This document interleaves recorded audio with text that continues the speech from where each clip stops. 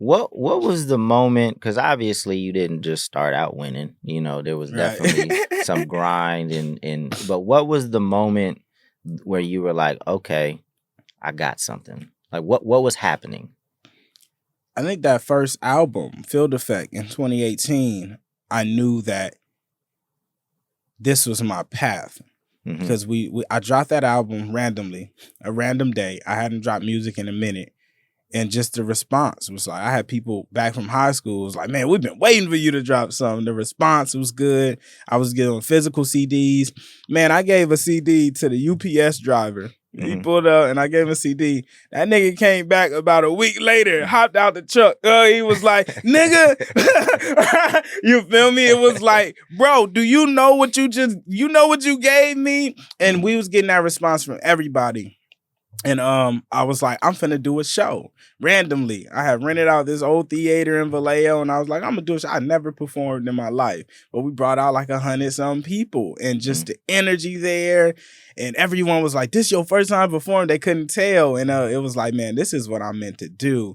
And after that, things just kept kind of rolling. The snowball effect, like things just kept starting. I started being able to do more shows, and I wasn't really making no money from music, but everything else was happening to tell me, you need to be doing this. This is your path. And I just kind of listened to it and kept going. It was the only thing I really enjoyed in life at that time, was like the grind, the hustle, you know. Like, I love making art and making music, but I love to grind. Like, Right. I love to work more than anything. Nah, it definitely feels like, I mean, you talk about 10,000 shots, you probably had 100,000 shots at this point. For certain. Because I feel like these days, the creative endurance that's required is immense, right? And there's not going to be that many people that can withstand and continue to create.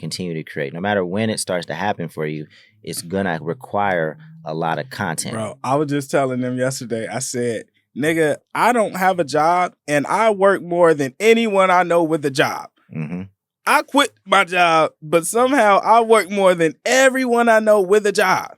Niggas work overtime, and it's like, bro, I'm working more than you feel me? And they got jobs, and people don't understand, like, even when this shit started to take off, you gotta go harder.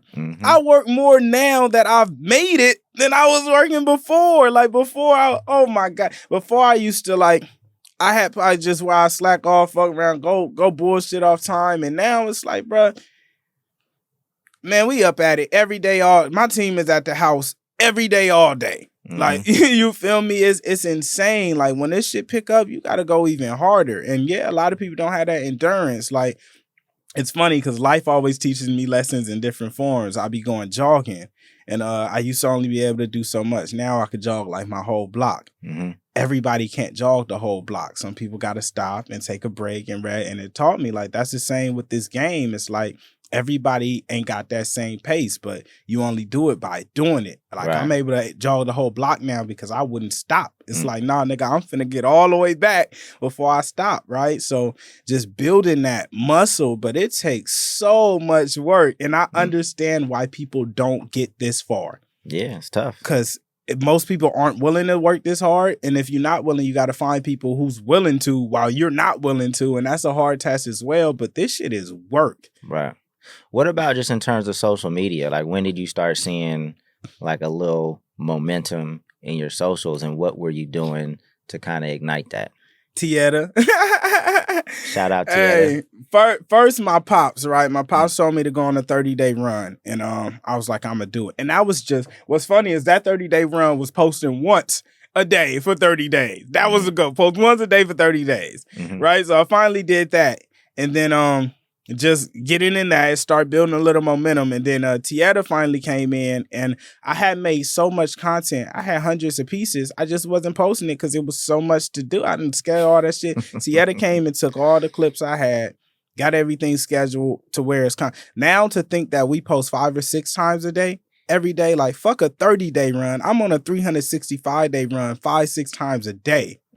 You feel me? Like, she really came and we start looking into schedulers and content, everything down to thumbnails, right? She was always looking to improve. And we tried different things. We tried to do the standard 1920 video into a real form. And then it was like, okay, no, this ain't working. Okay, we need to add thumbnails. Oh, this need to be in the center. Oh, for TikTok, your thumbnail needs to be this amount of frames. Otherwise, it's going to roll. Like, we really got in there and researched and did everything we could. And now we got a formula that works. I know I could break any artist. Any artist that's good that I love, I could break them. And I've been proving that. I've been exposing new artists to audiences and they've been able to generate revenue. Like I'm getting artists paid who were in high school getting a monthly check, you know, like the formula works. But it was really my pops and then Tieta coming in and just stomping on shit, right. You know, just like, nah, nigga, this is what we gonna do. You want to win or not? Yeah. Now, the social media is tough because every platform wants you, there could be differences between each platform, but they have like several different ways in which they want you to use Instagram, several different ways in which they want you to use TikTok, all the little features. And it's hard to do that yourself. You know what's crazy though? They all want the same thing. And that's great content. For sure. If it works on Instagram, it will work on Twitter, YouTube, and TikTok. For sure. Make great content. That's what I figured out. Like one time we had that discussion because we were talking about that shit in me and Tieta, and it was like, bro, people just want to see great shit. Mm-hmm. They don't need all the nuances. Don't matter. If you make something great, wherever that shit land, I could be in the airport. Put something great on that TV. I'ma see it. You feel me? And that's the relevant. Like, make great content. People get too caught up in trying to be trendy, trying to do a TikTok trend and putting the text and the mind. It's like, bro, make great content. You feel me? And that's when you start losing because you're trying to keep up with, oh, on Twitter, I got to do this certain thing. On TikTok, I got to do it. And it's like, no, you don't. You have to make something great. And that's what we tend to forget. So I would definitely agree that it's great content, but what I mean, and I don't want people getting caught up in some of the smaller details. At the end of the day, you got to go, you got to move. It's not always going to be perfect, but like you said, you start it and you refine over time. Right. But like with Bigg Jah, for example, like on YouTube, we've done a very good job at creating a lot of momentum on YouTube, and it's kind of understanding kind of what each feature wants, right? So like on the community tab for some reason loves raw pictures with no like text on them, right? So we seem to get a ridiculous amount more engagement on the community tab when we post just raw pictures. We might not have known that out the gate. And I think that there are little things like that here and there, but at the end of the day, like you said, great content. That's what should be focused on first, and then you can figure out the smaller details.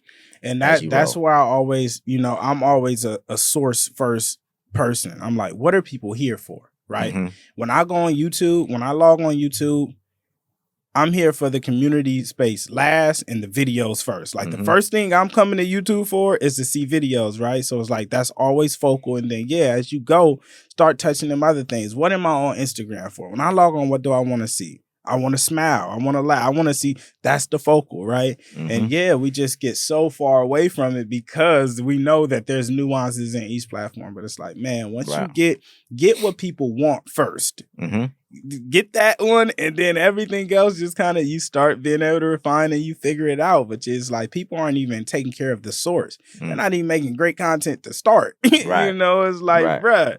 A lot of people struggle with the content. I think that's first and foremost what people need to focus on.